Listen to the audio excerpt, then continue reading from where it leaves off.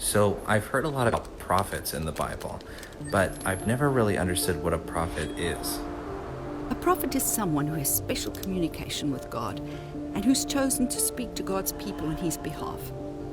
You may have heard some categories such as major prophets, minor prophets, New Testament prophets. Some even think that someone can be born with the gift of prophecy, or that this is a special talent that everyone can have. But this idea is not what the Bible teaches. The gift was more exclusive. Okay, so who were the prophets of the Bible?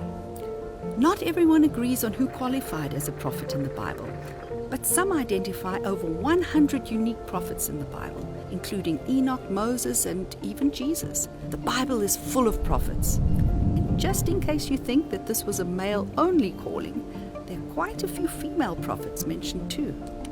Are some prophets more important than others?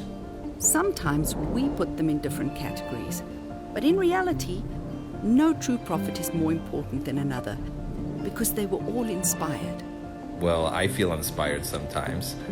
Does that make me a prophet? Biblical inspiration is a little different than creative inspiration or motivation. The way God communicates his messages to a prophet is mostly through dreams and visions, and is sometimes even face to face, as with Moses. How God communicates with prophets and directs them is also different from how he communicates with the rest of us. What's the function of a prophet? What does he or she actually do? We normally think of someone that makes predictions about the future, but in reality, this isn't the main part of a prophet's job description. It could help establish his or her credibility, but the main role was to be, in a special way, God's messenger. A prophet's job was to deliver God's warnings and advice, and ultimately, to introduce them to God's plan to save us. Isn't that what all Christians are supposed to do? Would that make all of us prophets? Well, not really. We're all called to get to know God for ourselves and then to introduce others to God, but there are some significant differences between our general mission and a prophetic calling. What's the difference between a Christian's calling and a prophetic calling? We can all respond to God's call to be saved and give him our lives.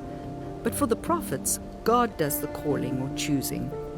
There are lots of choices involved in being a Christian. A career as a prophet isn't one of them. So I can't submit a resume for the job? No, he chooses a person to be his messenger. Some were called for a specific time, such as the unnamed prophet of 1 Kings 13 who confronts King Jeroboam. For others it was for life, like Daniel. God then reveals his messages in a very specific and supernatural way. Being a prophet must have been a pretty awesome experience. Being a prophet is not a dream career. It involved dedicating one's entire life to God's work in a way that most people couldn't be capable of. Prophets had to go into some pretty scary situations and say some very unpopular things to people that didn't like them from the start. Skepticism was pretty common with biblical prophets' audiences. How did people react to the prophets in the Bible? The audience was often not appreciative. Some prophets got stoned, thrown into boiling oil, cut in two. Many did not die of natural causes. In a lot of cases, prophets were not very popular, even with the religious establishments and leaders of their own faith.